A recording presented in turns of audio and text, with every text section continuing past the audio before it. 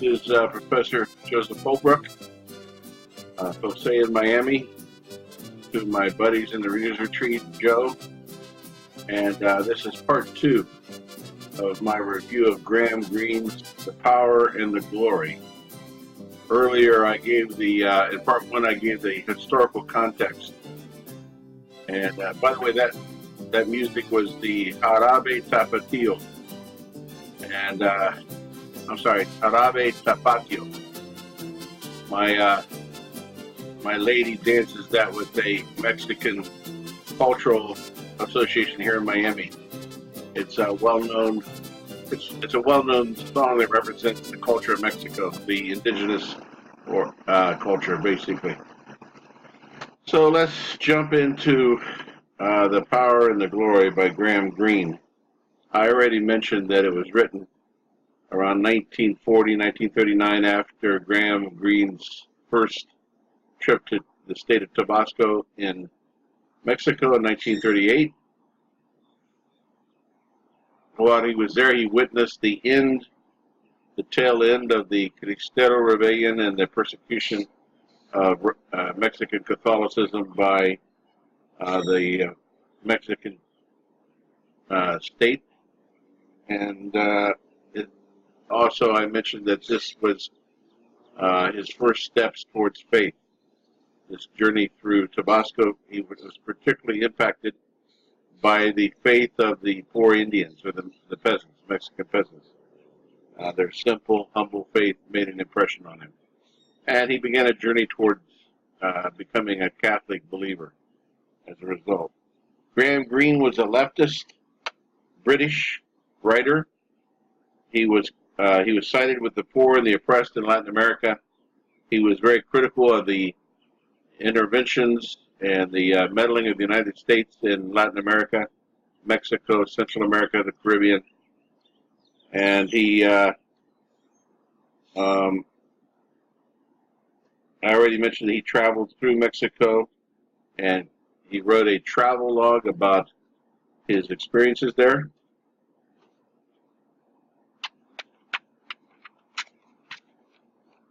I've got my notes this time, and I've got a better cigar that won't crumble so badly. So Greene uses in this book, The Power and the Glory, the familiar myth of the journey. Throughout mythology, the journey down into a dark place, caverns, the journey up a mountain, the journey into a maze, is a constant theme in human culture. And oftentimes the journey represents a spiritual journey and the creation or birth of a hero in the process of that journey.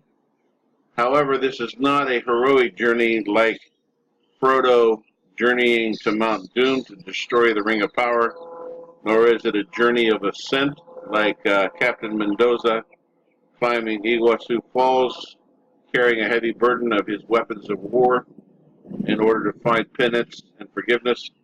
This is a fearful flight of a whiskey priest who's on the run from Mexican state authorities, attempting to escape arrest and execution. The priest's name is never given, which gives us the impression that Graham Greene is not focusing so much on the individual as he is focusing on a more generic or universal theme or message. The priest, therefore, serves as a type of everyman, a flawed and weak everyman that is used by God in some fashion. This is also evidence at the end of the book when the priest is finally caught and executed. Sorry for the spoilers. I guess that's what you risk with a review. Immediately at the very last thing in the book is another priest arrives in town, again unnamed, looking for shelter and food and offering to carry out baptisms and perform the Eucharist. And so the idea is here is you can kill the priest and more will pop up. The portrayal of Mexico in this novel is a perfect backdrop to the priest's plight. This is a quotation from Sudhi Kumar, who wrote a dissertation in the Department of English in India on existentialism in Graham Greene's novels. He says the tone is black and gloomy. Vultures, snakes, hyenas, beetles, and sharks lurk ominously near the actor. I don't recall any sharks, but perhaps I missed that part. Fever is rife, sweltering heat is everywhere, as is thirst, poverty, decay, and degradation. This is accurate. I found the book hard going. It was a tough slog for me, the first half of the book. I read it some 12 years ago, and I'd forgotten most of it, but the first half of the book was quite depressing for me. And I found myself recoiling from the dark, dreary overtones, the oppressive heat, the scenes of corruption and decay. It's not a very pretty picture that is painted in the first half of the book. However, it is there is an existentialist message to this, as Sudhi Kumar points out. And I'll say a little more about that later.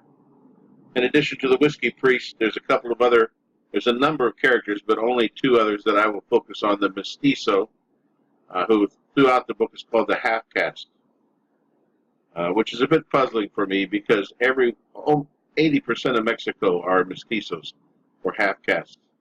So why Graham Greene, I don't know if surely he was not unaware of that fact. You have Creoles, who are European types born in Mexico or in the Americas. You have Indians or peasants who are more or less full-blooded and still speak indigenous languages. Then the vast majority of Mexico are mestizos, or half-castes. So why this one character gets singled out to be called the half-caste is a bit of a mystery to me, unless it adds some element of suspicion or mystery about this particular character, some threatening angle that or atmospheric that Graham Greene wanted to create, because undoubtedly the priest himself was most likely a mestizo, as was the lieutenant. The lieutenant is the other character, which I find him nearly more interesting to me than the whiskey priest himself. And we'll talk about the lieutenant, but first let me just mention that the mestizo is a poor Mexican. As Graham Greene points out, he's half Indian, half European, I suppose you would say, or Creole, and undoubtedly a Spanish speaker. The priest rides on a donkey through the village trying to escape in the early part of the book, and the mestizo notices him and gets up and follows him. Now, it turns out that there is a 700 peso award for the capture and arrest of the priest. So, from the very beginning, the priest suspects that the half-caste is interested in the reward. And in effect, he follows the priest, and then they end up traveling together. He's kind of whiny and manipulative. He's always playing on the priest's sympathies and trying to trick the priest into admitting he's a priest, which he avoids doing. And the half-caste serves as a Judas-type figure in this story. Then there's the lieutenant. As I said earlier, I think he is an extremely interesting character, nearly as interesting as the priest, if not more so. The lieutenant is a young Mexican man. I picture him as being a mestizo, as a typical Mexican. He works for the state of Tabasco. It's not clear to me whether he's a police officer or a military man. He reports to the chief of police, so I suppose that would indicate that he is an officer of the peace. He is a stern, secular Puritan idealist. When I say secular Puritan, there's a hyphen in there. He's not a believer. He's not a theist. In fact, he is intensely anti-religious.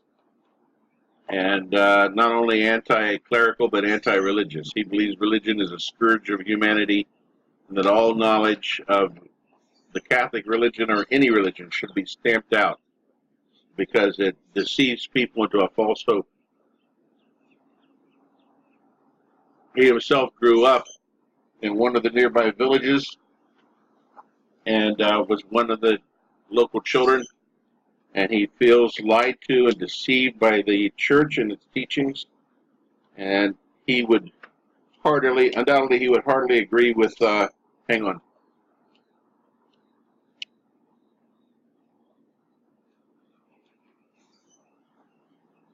By the way, it's a lovely day here in South Florida with a nice cool breeze and low humidity. He would hardly agree with Karl Marx's assertion that religion is the opiate of the people, meaning that religion, and there is truth to what Marx said about certain aspects of religion. When religion serves to legitimize a ruling structure or a ruling ideology or a ruling government that oppresses the people and permits extreme inequalities, in that sense, the religion is an opiate because it dulls the pain of the people living in misery, and it gives them a false sense of well-being. Of course, that's not all religion. That's only religion serving in a certain function as a legitimizing factor for society.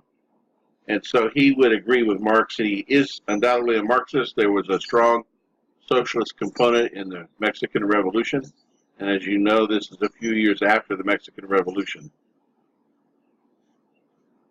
And in part one, I've already gone over with you the position of prestige and power that the church had for 150, 200, nearly 300 years before the Mexican Revolution, and its meddling in politics, its alliance with the Conservative Party. So there is plenty of political reasons, as well as social or economic reasons, for someone like the lieutenant to be angry with the Catholic Church in particular.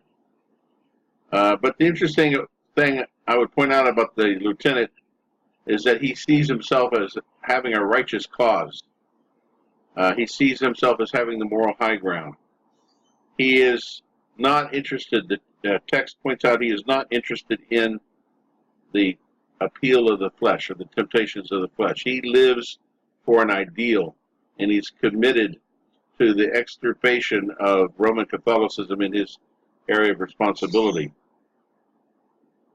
And so this priest is the last priest in Tabasco, and it's a personal affront to the lieutenant that this man has not been caught and executed, so he is determined to find him. It says on page 8, there was something of a priest, speaking of the lieutenant, there was something of a priest in his intent, observant walk, a theologian going back over errors of the past to destroy them again. It infuriated him to think that there were still people in the state who believed in a loving and merciful God. There are mystics who are said to have experienced God directly. The lieutenant was a mystic too, and what he experienced was vacancy, a complete certainty in the existence of dying, fooling world of human beings who were evolved from animals with no purpose at all. The lieutenant lying on his hard bed in the damp, hot dark, there's that theme of heat, humidity, felt no sympathy at all for the weakness of the flesh. So the lieutenant is actually, by some standards, by a pietistic or holiness standard, he is actually more righteous than the whiskey priest. He doesn't drink, he doesn't fornicate, he's not tempted by the temptations of the flesh. He's honest in terms of his own purposes. But he has no doubts. There's no ambiguity, no nuance about the lieutenant. He is certain of his righteous purpose. So I thought that was interesting. He reminds me, to some extent, to some of our current extremists, partisan extremists. who have absolutely no doubt that theirs is the righteous moral cause and are ready to condemn hatred with hatred and to be intolerant of intolerance. I mean, that's actually a phrase, that it's okay to be intolerant of intolerance. Of course, it's okay to punch a Nazi in the face. And so this is we have Graham Greene pointing out this danger of secular religion, of an ideology that becomes almost like a religious faith with its missionaries and proselyters and inquisitors back in 1940. And of course, it's not hard to imagine with the Soviet Union and the fascism and the ideologies that were rampant at that time. It's not hard to think that that intellectuals like Graham Greene would see into that. Of course, Charles Taylor discusses in his book about the problem of scapegoating as a mechanism to expunge evil from oneself and to project that evil or that darkness on the other, and therefore relieve oneself of a sense of guilt by externalizing it. That's a lesson to us all, I think, to be cautious about that. Nevertheless, at the end of the book, when the priest and the lieutenant finally encounter one another, there's a more than a subtle hint that the lieutenant may begin to question his own certainties. He and the priest, while the trial is underway and while the process is going forward, begin to have many long conversations, and he's surprised to find that the priest agrees with many of his scathing criticisms of the church, the institutional church, and its role in perpetuating ignorance and injustice among the poor.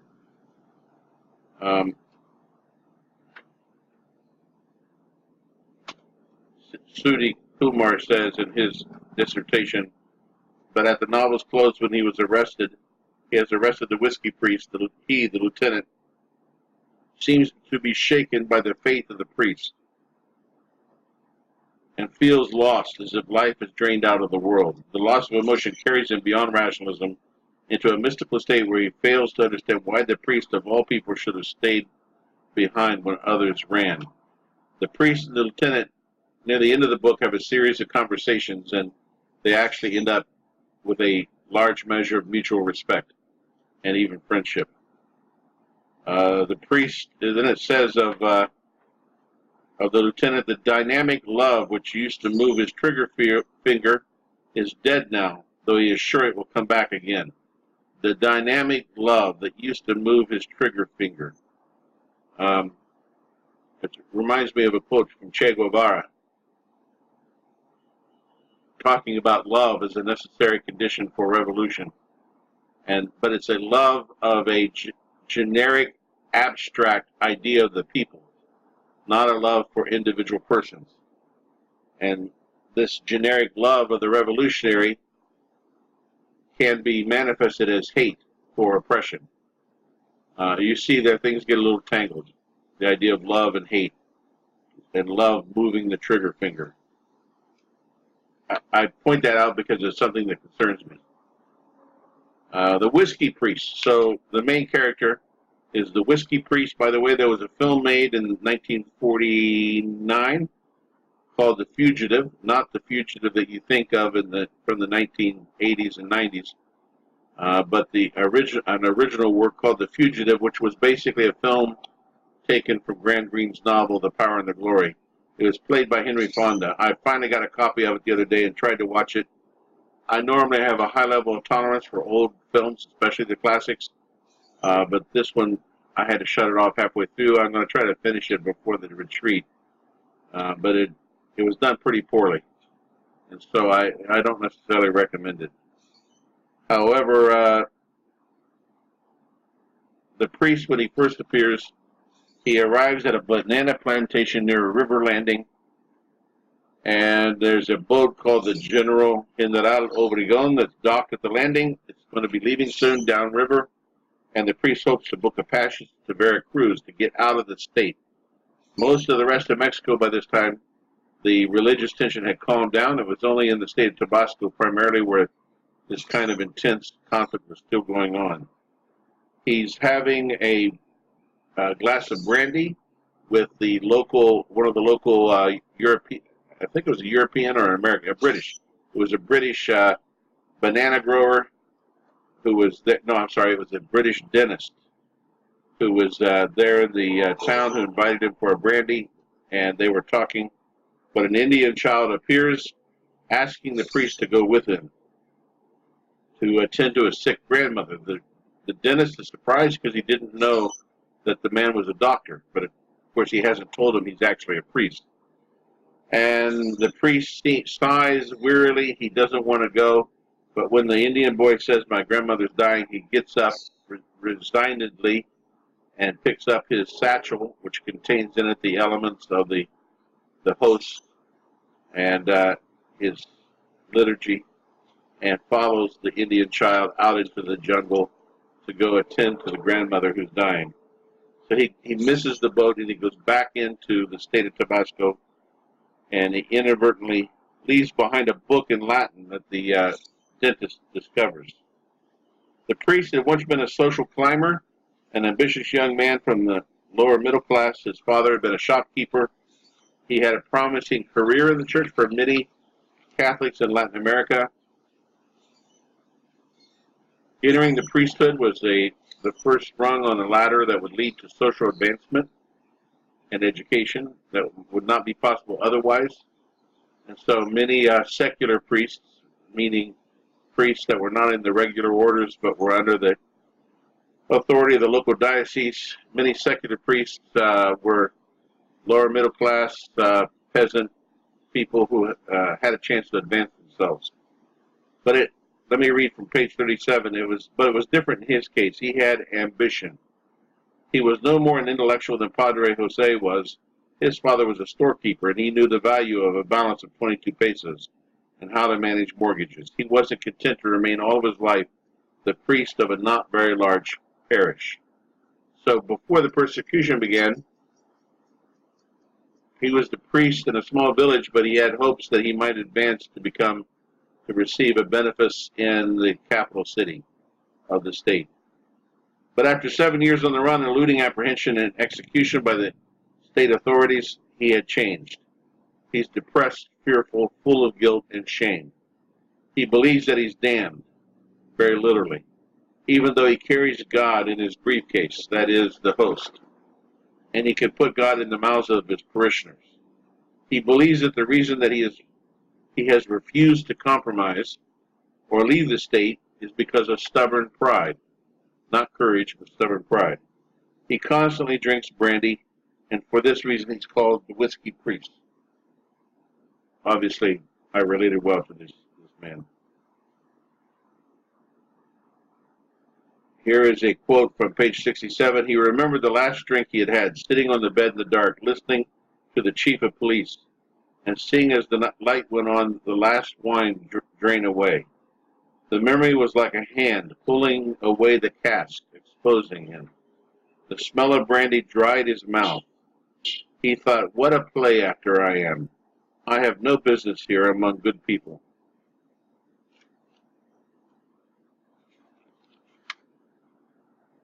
He compares himself unfavorably to Padre Jose, the only other priest left in the state. Padre Jose was from a lower station in life than the whiskey priest. His father had been a peasant farmer, and he was very shy in diocesan meetings of the clergy. He didn't consider himself worthy to be a priest. His hands would tremble when he held the host in his hands. You might say he felt unworthy, but it was almost like an inferiority complex. And the whiskey priest admires this. He felt like Padre Jose was the one who was truly humble, and that when the decree came, leave the state or face execution or renounce your vows and get married, Padre Jose decided to get married to his housekeeper and stay and become a functionary, a priest in the Mexican National Church that the Mexican government was trying to create as an alternative to the Catholic Church. And the whiskey priest admires Padre Jose. He sees his his compromise as true humility. If he had been humble like Padre Jose, he might be living in the capital now with Maria on a pension. This was pride, devilish pride, lying here offering his shirt to the man who wanted to betray him. That was the mestizo, the half-caste, who was sick at this point. Even his attempts at escape had been half-hearted because of his pride, the sin by which the angels fell. When he was the only priest left in the state, his pride had been all the greater. He thought himself as devil of a fellow, carrying God around at the risk of his life. One day there would be a reward. He prayed in the half-light, "O God, forgive me. I am proud, lustful, greedy man. I have loved authority too much. These people are martyrs, protecting me with their own lives. They deserve a martyr to care for them, not a man like me who loves all the wrong things." By this point, the lieutenant has been given full authority to track down and find the whiskey priest using whatever means necessary. So he has started rounding up random citizens or peasants in the various villages that he suspects where the whiskey priest has been. He rounds them up and holds them hostage. And then he periodically executes those that he feels are lying to him. So innocent people are being executed because the whiskey priest won't turn himself in. But the fugitive priest or the whiskey priest feels like it would be a kind of suicide to turn himself in. He says he wants the people to turn him in, and he's frustrated that they don't, and that he's frustrated that the lieutenant can't catch him because he wants this to be over. But he himself feels restrained that he cannot turn himself in as an act of voluntary suicide. So the priest finds his way back to the village where he had once been the priest. Maria is still there. Maria is a woman that he had a relationship with. Brigida is a daughter born from that relationship. She's bitter. Maria's bitter and disappointed. But when the whiskey priest sees Brigida, his daughter, he encounters for the first time a deep kind of love, a paternal love for her that goes beyond expression. And he prays silently, "Oh God, give me any kind of death, without contrition, in a state of sin, only save this child." He was a man who was supposed to save souls, and it seemed quite simple once. Preaching at benediction, organizing guilds, having coffee with elderly ladies behind barred windows, blessing new houses with a little incense. It was as easy as saving money. Now it was a mystery. He was aware of his own desperate inadequacy. He went down on his knees and pulled her to him, while she giggled and struggled to be free. "I love you. I am your father, and I love you. Try to understand that." He held her tightly by the wrist, and suddenly she stayed still, looking up at him. He said, "I would give my life. That's nothing. My soul. My dear, try to understand that you are so important." And it comes from this time that the priest begins to experience love, beginning with her. But the love of the priest is different than the love of the lieutenant. The love of the priest is focused on one person's face, Brigida. And then later that begins to expand to others. It's not abstract. Shortly after that, he is caught in the capital city. He managed to get a hold of a bottle of brandy, and he was hiding it in his jacket, but he was discovered.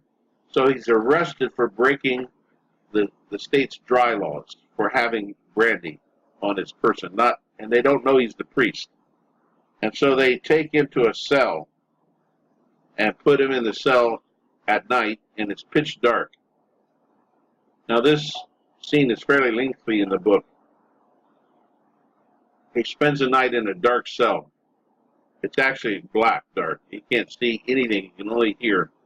This reminds me of Albert Camus and some of the existentialists in L'Étranger, the man who was condemned to death and put in prison, and also La Peste, which is about an epidemic breaking out in the town, and several doctors heroically tried to stop it against all odds. So there's a sense of desperation and a sense of hopelessness in this scene. And up to this point, I wasn't enjoying the book very much. But I started to get an idea of where he was going here.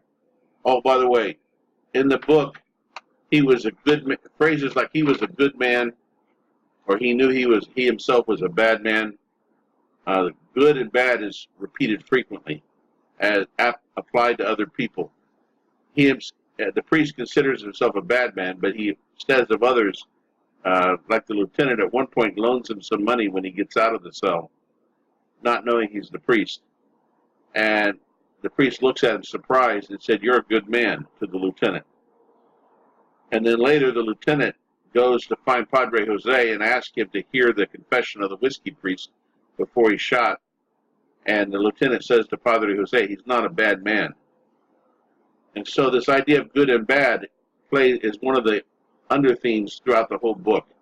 And I think Greene is saying here that we should hesitate to apply labels of good or bad to people, since we cannot read their minds, we cannot weigh their hearts or know the twists and turns of their path. In other words, Jesus' words, we should not judge.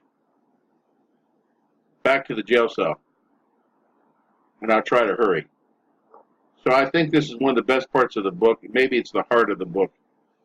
He is thrown into the jail cell to spend the night. He has to tiptoe across the cell, and his toe touching bodies on the floor, and he has to grope around in the dark to find a place to sit uncomfortably. And what happens in the cell is there's a contrast drawn between piety and humility. The sergeant unlocked the small grated door and let out with his boot at something straddling across the entrance. He said, "They're all good fellows in here," kicking his way in. A heavy smell lay on the air, and somebody in the absolute darkness wept. The priest lingered on the threshold, trying to see. He said, "I am so dry. Could I have water?" The stench poured up his nostrils, and he retched. And then shortly after that, he hears a couple over in the corner making sounds of sex.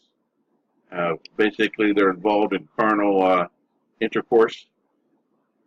And he gets in there, he sits down.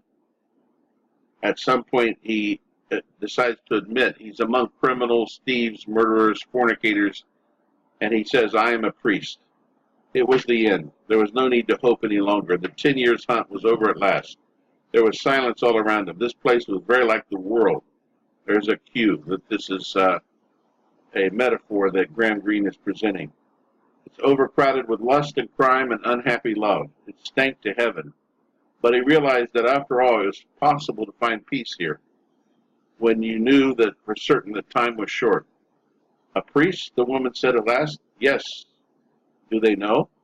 "Not yet." He could feel a hand fumbling at his sleeve. A voice said, "You shouldn't have told us, Father. There are all sorts in here, murderers."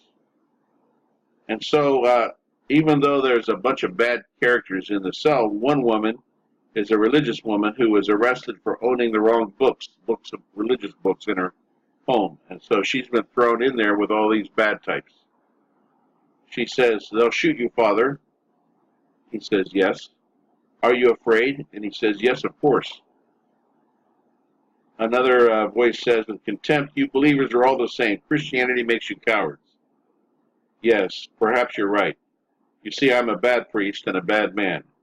To die in a state of mortal sin." He gave an uneasy chuckle. "It makes you think."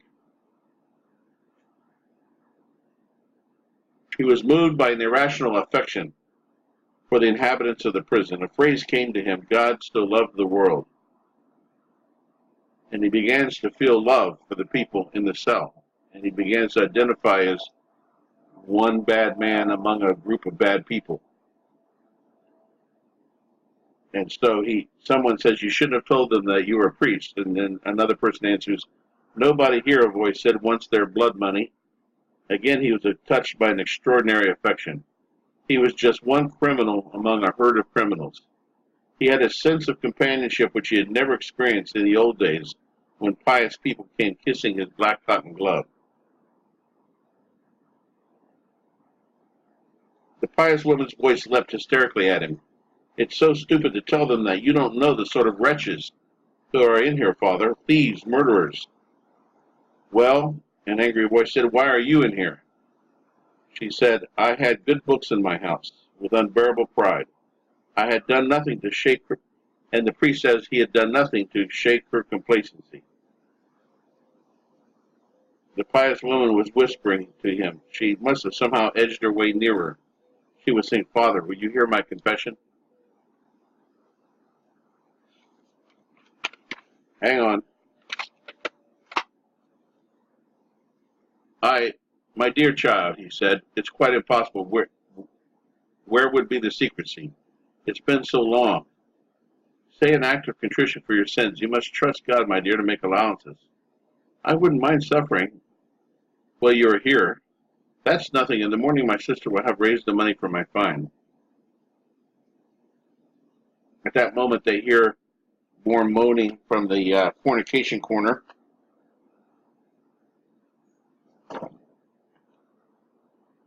Oh, boy. There we go. And the people who are having sex can't keep quiet. And the woman gets very upset. She says, "They're animals. Can't you tell them to be quiet, Father?" And the priest defends them. He says, "Who knows? Maybe they'll find love."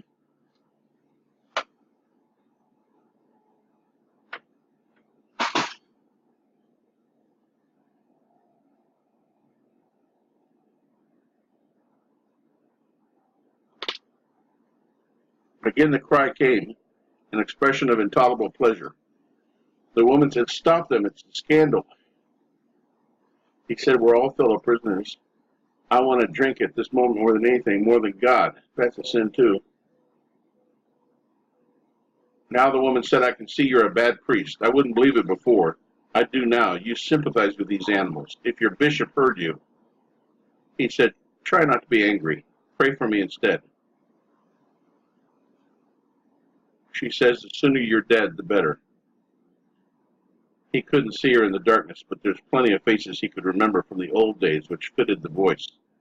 When you visualized a man or a woman carefully, you could always begin to feel pity. There was a quality of God's image carried with it. And so he tries to talk to her. He says, you're not married, are you?" She says, "Why do you want to know? Have you ever had a vacation? Do you have any interests, any hobbies?" And he thought, poor woman, she's had nothing, nothing at all. If one could only find the right word. And he begins trying to crack her lack of self-doubt, her piety, in order to bring her to a sense of remorse or, a mentality in which she would be fit for confession, which she could say mea culpa. But he fails. He's not able to break down her complacency. And he glanced around and he said, "It's not very like me now. What an unbearable creature I must have been in those days." And there was another mystery. It sometimes seemed to him that venial sins, impatience, unimportant lies, pride, and neglected opportunity can cut you off from grace more completely than the worst sins of all. Then in his innocence he had felt no love for anyone. Now in his corruption he had learned to love.